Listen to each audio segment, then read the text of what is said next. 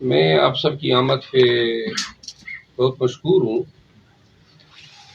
آج کی اس press conference کا مقصد سب سے پہلے یہ ایک گواہ کا بیان آج قلم بند ہوا ہے محمد لطیف عدت کے کیس میں، اور یہ اپنے آپ کو مبینہ طور پہ خاور مانیکا کا ملازم کہلا رہا ہے، اور جو اس کا بیان قلم بند ہوا ہے آج بطور استغاثہ کے گواہ CW4 کی حیثیت سے،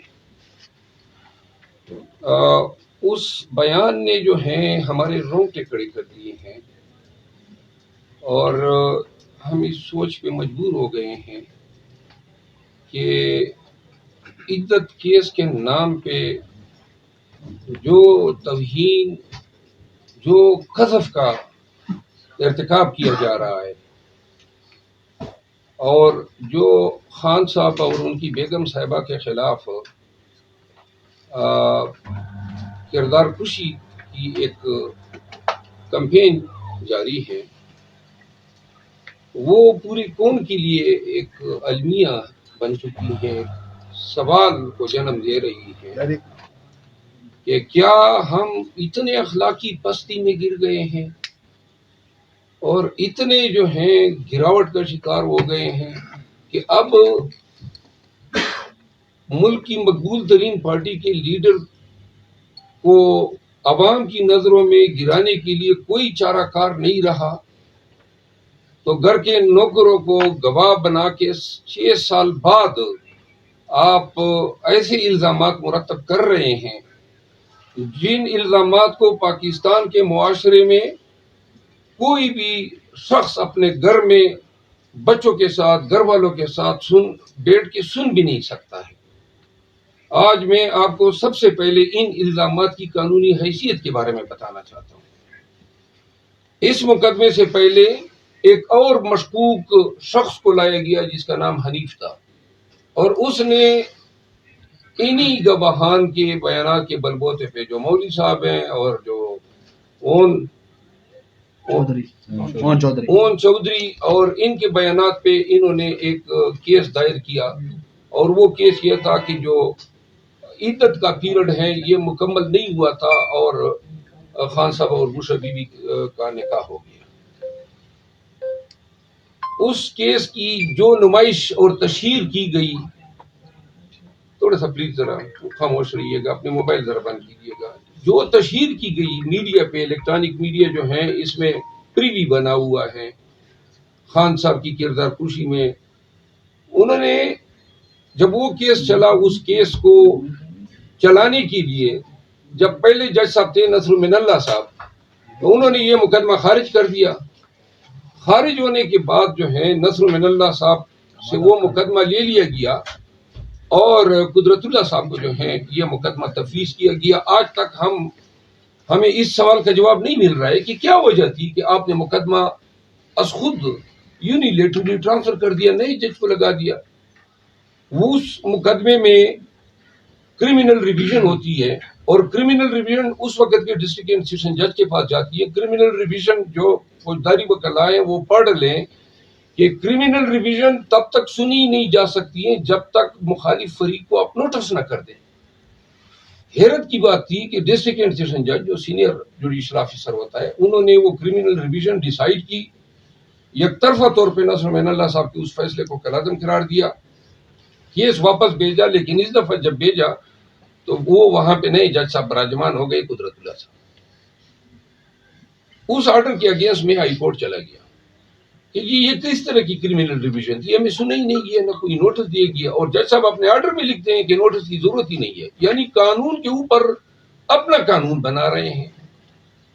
ہمارا مقدمہ ابھی تک زیر سماعت ہے کہ اس دوران جو ہے خاور مانیکا گرفتار ہوتا ہے کرپشن کے چارجز پہ۔ خاور مانیکا کے کرپشن کے چارجز جو ہیں وہ اچانک جو ہیں وہ کرپشن سے مبرہ ہو جاتا ہے، جس طرح وہ تمام لوگ مبرہ ہو گئے جو PTI کو چھوڑ کے پریس کانفرنس کر کے چلے گئے یا میڈیا پہ آئے اور خان کے خلاف بیانات دیے۔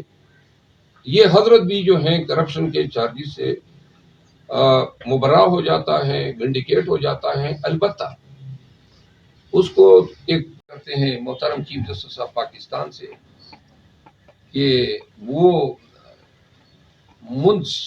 چیف منصف ہیں پاکستان، اور یہ تمام چیزیں دیکھ رہے ہیں، الیکشن بھی ڈیلے ہونے کی کوشش ہو رہی ہے. خدا را انصاف کی اس معیار پہ رحم کیا جائے اور اس کا جو ہے سو موٹو نوٹس لیا جائے، دیکھا جائے کہ اس سائفر کیس میں کیا ہے.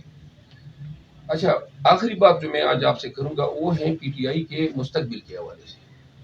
پاکستان تحریک انصاف جو ہے وہ اب الیکشن میں بھی جا رہی ہے. خان صاحب نے کہا ہوا ہے کہ میں تمام ٹکٹس خود دوں گا. ہم جو ہماری پنجاب اور بلوچستان میں جو تھوڑی سی زیادتی کی وجہ سے ہماری آرگنائزیشن ڈسٹرب ہوئی تھی، انشاءاللہ ہمارے سیکرٹری جنرل صاحب اس پہ بڑے ہی تندئی سے کام کر رہے ہیں، اور وہ اب سٹرکچر جو ہیں دوبارہ ہم اریکٹ کر چکے ہیں. یہی حالت سندھ اور بلوچستان میں. سندھ میں ہمارے دونوں صدر صاحب اور وائس پریزیڈنٹ وغیرہ یہ جیلوں میں ہیں، لیکن انشاءاللہ جلد باہر آئیں گے. پاکستان تحریک انصاف کے تمام ورکرز کو، تمام لوگوں کو میں کہنا چاہتا ہوں کہ آج وقت کی ہم ضرورت یہ ہے کہ میڈیا اور تمام جو ادارے ہیں، وہ الیکٹرانک میڈیا کی میں بات کر رہا ہوں، یہ اب ہمارے مخالف بنے ہوئے ہیں اور ہمارا نہ کوئی کنونشن دکھایا جاتا ہے، جبکہ عوام کا حق ہے نا. میڈیا تو بنی اس لیے خبریں دیں. خبروں میں آپ کو جلد سے عوام جدھر بیٹھی ہوتی ہے ہزاروں لاکھوں کی تعداد میں، وہ آپ دکھاتی ہی نہیں ہے. تو لہٰذا یہ تو کوئی میڈیا سروس نہیں ہوئی، اور یہ عوام کی توہین ہے.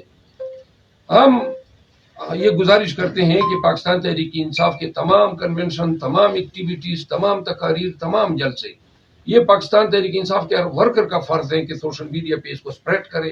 فیس بک ہے، ٹویٹر ہے، سنیپ چیٹ ہے، جتنے بھی سوشل میڈیا پلیٹ فارمز ہیں. اور اخیر میں سوشل میڈیا کو یہ چیز بتا دوں کہ اب سب سے بڑا خطرہ جو ہے نا وہ آپ سے ہے، ہمیں نہیں ہے. ہم آپ کے شکر گزار ہیں کہ آپ کے طفیل جو ہیں ہمارا خان کا پیغام جو ہے گھر گھر پہنچ رہا ہے، لیکن عنقریب جو ہے یہ آپ پہ وار کریں گے.